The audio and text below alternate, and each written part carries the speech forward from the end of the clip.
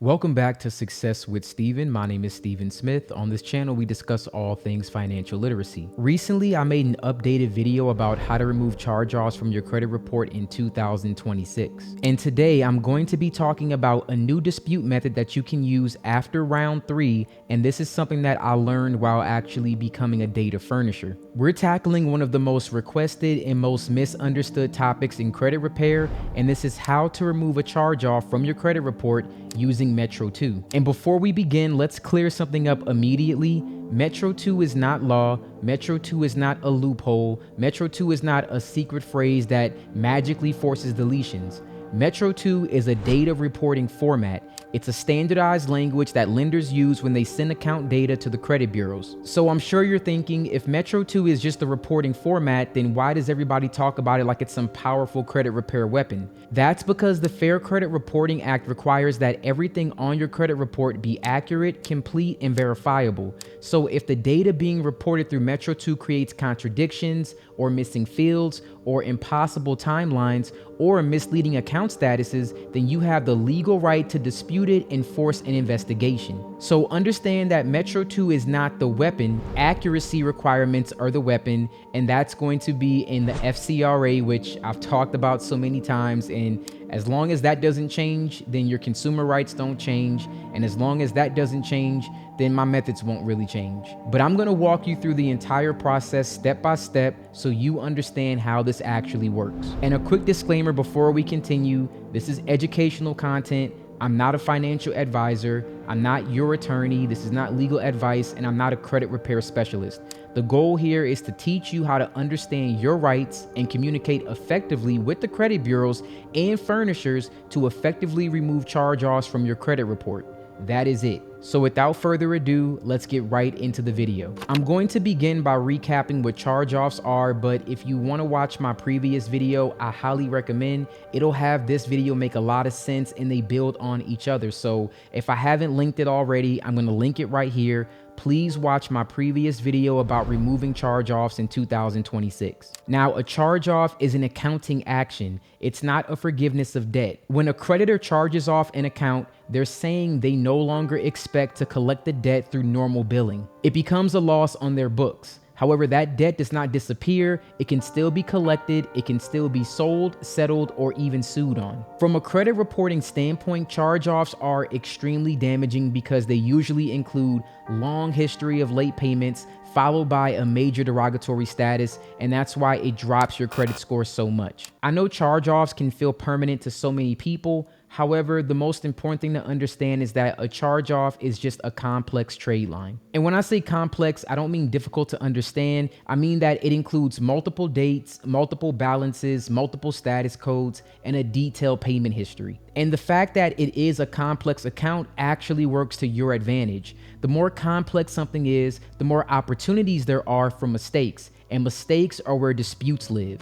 Now let's go over what Metro 2 actually is. Now, once again, Metro 2 is the standardized system that lenders use to send account data to the credit bureaus. It was created by the Consumer Data Industry Association and is the industry-wide system used by Equifax, Experian, and TransUnion. Think of it like this. Your credit report is not typed by humans. It's generated from coded data fields sent every single month by lenders. So Metro 2 equals the rulebook plus the coding system that tells lenders what fields must exist, what codes must be used, and how charge-offs must be reported. It also includes how dates must be reported, how disputes must be handled, and it exists to make reporting accurate, complete, and compliant with the FCRA. So you can think of it as a giant spreadsheet with hundreds of data fields.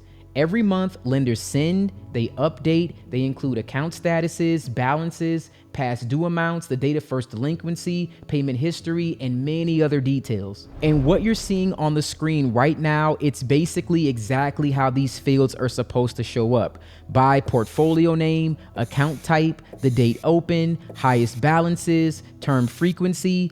All of this is exactly how you're supposed to report it if you're a data furnisher. And you guys can screenshot this or you can save it, but this is actually the exact way that you're supposed to format this. And this is why Metro 2 matters. not because it forces a deletion, but because it exposes reporting inconsistencies, and inconsistencies trigger disputes. Like I said before, Metro 2 itself is not law, but failing to report accurately under Metro 2 can become an FCRA violation. As long as the FCRA does not change, your rights don't change. Stop worrying about the CFPB or all the other things that you tell me. It doesn't matter. As long as this does not change, you delete these accounts the exact same way. Nothing has changed. This is the entire foundation of Metro 2 disputes. And this dispute method will actually pick up where my last video left off. Now, before you do any disputing, you need to make sure that you have the correct credit reports. Now, my first recommendation is annualcreditreport.com. This is the only website authorized by the federal government that you have access to all 3 of your credit reports for free. At least at the time of recording this video. You can still pull them once a week, which does make it much easier to track changes while you're actively disputing these accounts. This is also the only report that shows the full payment history in its entirety, so it is the most accurate. But if you want a simpler way to access this information, then I recommend using rising.com. You can start a 7-day trial for $1. A link is down in the description. Now, Rising is a credit monitoring service. It does have a tri-merge report that combines your credit data from all 3 major credit bureaus, Experian, Equifax, and TransUnion. It's going to be in a single, easy to read document. And it also has a dispute hub built right into the website. You also have the option of reporting things like rent reporting and utility payments in order to boost your credit score. Either way, you want a clean, easy to read report that you can view your account history, compare what's wrong, and dispute these accounts. Now, let's talk about how charge-offs are supposed to be reported under the Metro 2 rule. Metro 2 once again contains hundreds of required fields, but a few are critical for charge-offs. The first major category of errors involves the date of first delinquency. Now, this date determines how long the account can legally remain on your credit report. Now, I may have to zoom in on this account, but if you notice, the date of first delinquency is January 6, 2024. There's already something wrong with this account. If we take a look at it, January of 2024, the account was actually paid on time. There was no delinquency. It was not delinquent until February of 2024. That is already inaccurate information. If this date is incorrect, the reporting timeline becomes illegal. You should carefully review the payment history grid and identify the first late payment. And just to clarify, that's going to be the first late payment that never returned to a current status before the account was charged off. If the timeline does not match the payment history, you may be dealing with re-aging, which is one of the most common errors in charge-off reporting. The second category involves balances and past due inconsistencies. So you should compare the balance with the past due amount and the charge-off amount. If the balance keeps growing every single month, even though the account is closed, then the reporting may not properly reflect the account status. Remember, once an account is charged off, there should be no new activity, which means there shouldn't be any balance changes either. The third category involves original charge-off amounts. When an account charges off, lenders must record the original charged off amount. And that happens when the original creditor and a collection agency both report a balance at the same time. If the debt was sold, the original creditor should not continue reporting a balance owed to them. So always keep that in mind. I talk about that double jeopardy, right? If there's a balance on a charge-off and there's also a balance on a collection, that's not possible. There can't be a balance on both. That's inaccurate reporting. Duplicate balances create an inflated debt picture. Like if I have a $5,000 collection, but a $5,000 charge off, how do I owe $10,000? That doesn't make sense. Not to mention, if the balance changes over time, that's an account error. The fourth category involves status codes and payment history. Metro 2 requires data to be consistent. We've talked about this all the time as far as repeated charge-offs and re-aging of accounts or things that just don't line up correctly, which also ties into category 5, payment history. That must be accurate month to month. So if you've watched my first video and you've done round 1 through 3, and usually the first thing that we start is what? Inconsistent payment history. This is what you would do for rounds 4 and beyond that. Common Metro 2 errors include missing payment history, incorrect transaction history, wrong loan types, incorrect balances. These are all very common. Your goal is to find what's wrong and then to actually use that. And then we're going to talk about what you should actually say. All right. Now, again, if you have not seen my previous video, you need to go back and watch that because you do need to do round 1 through 3 first before you actually would submit this dispute. Now, let's go line by line and actually read this verbiage, okay? This complaint serves as a formal notice of my intent to file suit under the Fair Credit Reporting Act if this matter is not resolved immediately, and then you want to add the account name and the account number. Now, these complaints work when they create real litigation risk. Furnishers delete when their legal department thinks that the consumer understands the FCRA.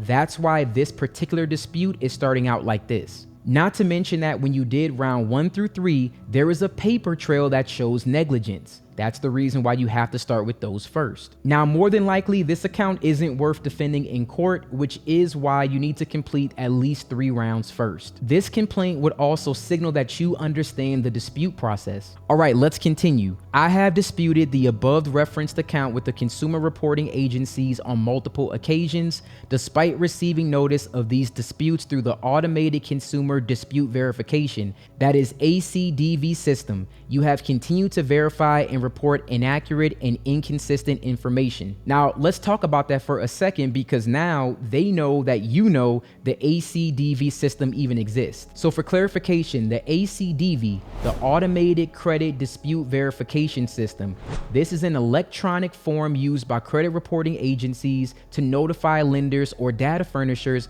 about a consumer's credit reporting dispute. Now, this is sent via the eOscar system. This document will trigger a formal investigation into inaccurate, incomplete, or fraudulent information. And like I said before, there's no human going over these disputes. It's a system that's talking to a system. Now, let's keep reading. Your continued reporting after receiving notice of dispute constitutes a failure to conduct a reasonable investigation, and that's required under the FCRA subsection 623B. Specifically, the account contains inaccurate and inconsistent reporting, including but not limited to inconsistent and inaccurate account data across consumer reporting agencies. This is also where if you're using Rising.com and you have a tri-merge report, you can show the inconsistencies and highlight this. Continued reporting after notice of dispute, failure to correct or delete information that cannot be verified with maximum possible accuracy. Your actions constitute negligent and or willful noncompliance under FCRA subsection 616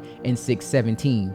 Be advised that I am prepared to file suit seeking statutory damages, actual damages, court costs, and attorney fees. You have 15 days from the receipt of this letter to delete this trade line and cease reporting. If this matter is not resolved within that time frame, I will proceed with filing a lawsuit without further notice. This complaint is sent in good faith in an effort to resolve this matter prior to litigation. And then sincerely, your name. And I can tell you now, as someone who actually knows what furnishing looks like in furnishing information, once a furnisher sees words like documented pattern of negligent investigation, things like that, continued reporting after notice of inaccuracies, failure to conduct a reasonable investigation, all of these things like this, the liability exposure will exceed the account value. The risk calculation changes. So deleting a $2K charge off becomes cheaper than defending litigation. Not to mention, you've shown that you're someone who actually understands the legal standard of reasonable investigations.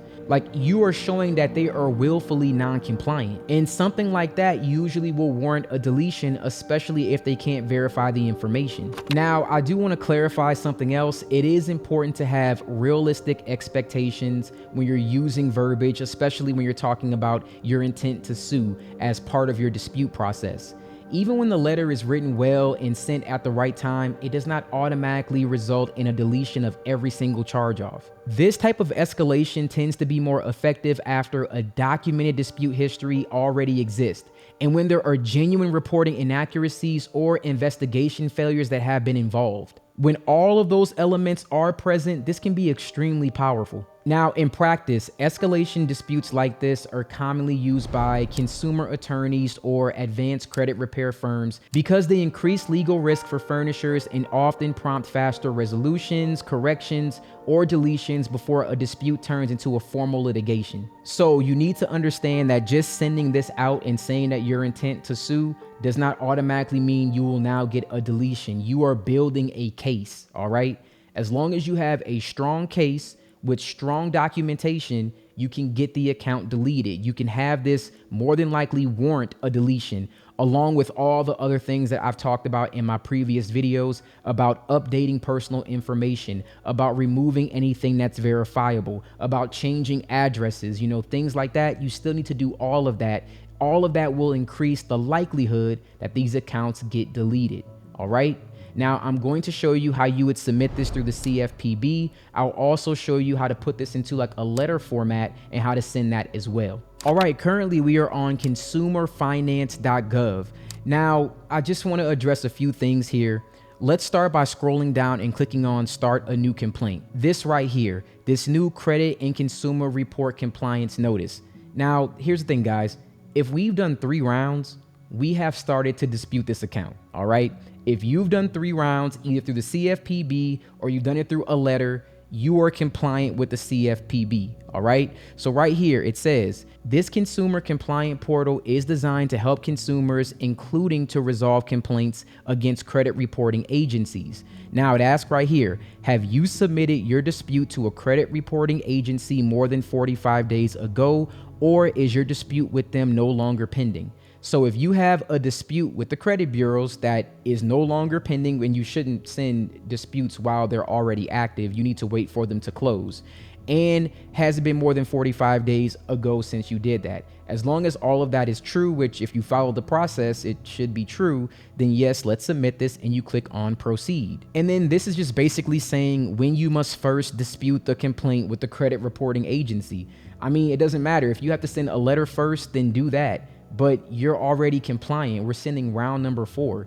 So let's just proceed. That's it. That's the thing that everybody's been talking about, at least to me, like that they've been having a problem with. That's it. Anyway, now we move on. If you don't have an account, then you can create one. If you do have an account, then click on already submitted a complaint or created your account.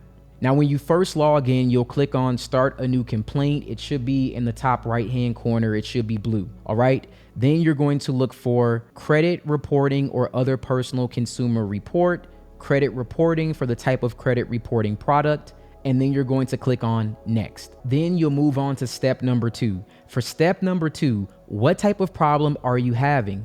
You want to click on Problem with a company's investigation into an existing problem. And then which best describes your problem. Their investigation did not fix an error on your report. You want to click on that. Have you tried to fix the problem with the company? The answer is yes. Did you request information from the company? The answer is yes. You don't have to actually put what you requested. That's optional. Did the company provide this information? The answer is no. And then you click on Next. Then right here, you want to actually describe what happened. You can actually just paste our verbiage that we had right in here. You can add the account name, you can add the account number, and all of the details here. You can also, and I highly recommend that, change the verbiage. Don't copy this verbatim. Take it into ChatGPT or put it in your own words, but do change the verbiage up a bit. That way it is tailored to your situation. Now, what would be a fair resolution for this issue? Here you can put delete this account from my credit report, and then you'll put the account name, the account number. That is it. It's that simple. The documents that you attach, they don't change. You enter a copy of your driver's license. You'll also do your social. You want a picture of that, and you want your proof of residency. All right. I will also submit a copy of your credit report with the inaccuracy and highlight it. All right.